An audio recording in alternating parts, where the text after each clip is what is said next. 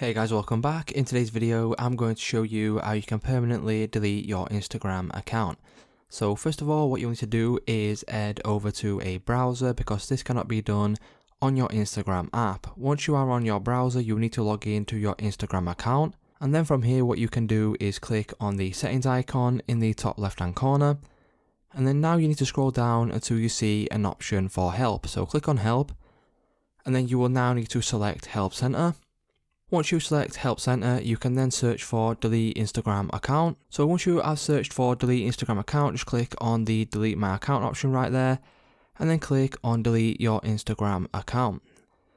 Once you do this, what you can do is you can scroll down until you see the option to delete your account. Click on that little link, and then that will bring you to here. So what you can do now is click on the drop down menu, and now you can choose one of these options right here.